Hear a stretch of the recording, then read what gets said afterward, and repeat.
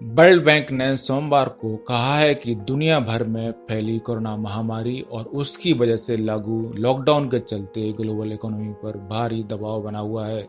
इस साल महामारी के चलते ग्लोबल इकोनॉमी में 5.2% की भारी गिरावट देखने को मिलेगी।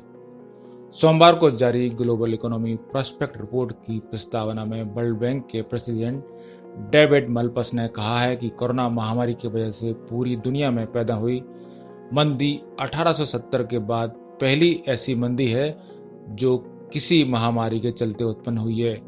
डेविड मल्पस ने आगे कहा कि जिस गति और गहराई से इस संकट ने हमला किया है उसको देखकर लगता है कि इससे निजात मिलने में हमें काफी चुनौतियों का सामना करना पड़ेगा और इससे निपटने के लिए दुनिया भर के पॉलिसी मेकरों को अतिरिक्त प्रयास करने पड़ेंगे।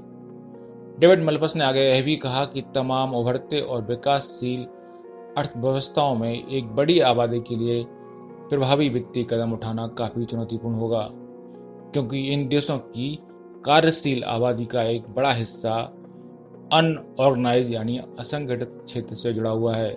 वर्ल्ड बैंक की इस रिपोर्ट में कहा गया है कि कोरोना महामारी की वजह से मांग और आपूर्ति, ट्रेड और फाइनेंस को भारी मार पड़ने के चलते विकसित अर्थव्यवस्थाओं में 2020 में 7% तक की गिरावट देखने को मिल सकती है। रिपोर्ट में यह भी कहा गया है कि कोरोना की मार उन देशों पर सबसे ज्यादा पड़ी है जो global trade, tourism, commodity export और एक्सटर्नल फाइनेंस पर सबसे ज्यादा निर्भर हैं।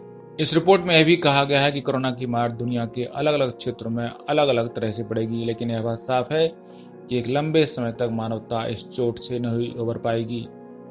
वर्ल्ड बैंक की इस रिपोर्ट में कहा गया है कि 1870 के बाद अब तक ग्लोबल इकोनॉमी 14 बार मंदी का सामना कर चुकी है।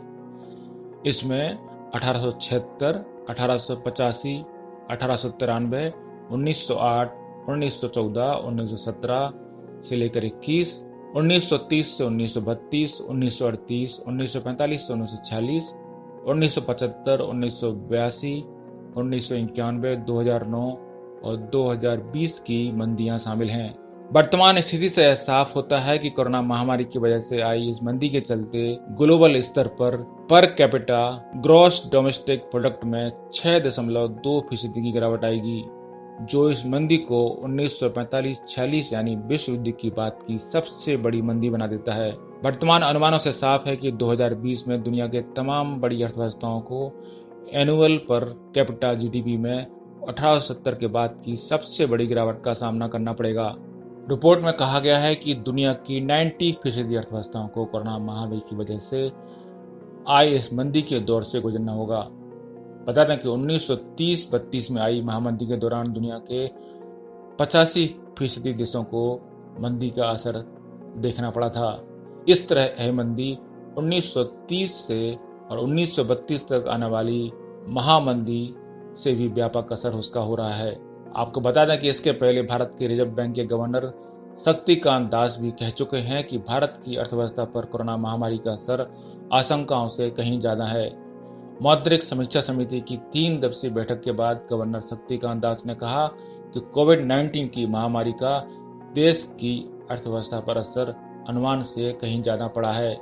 दास ने कहा कि अर्थव्यवस्था को वापस पटरी पर आने में कई साल का वक्त लग सकता है। आरबीआई गवर्नर शक्तिकांत दास ने कहा कि मांग में भारी गिरावट आई है क्योंकि देश में 2 महीने के करीब लॉकडाउन रहा। ऐसे में मांग और आपूर्ति दोनों प्रभावित हुए हैं।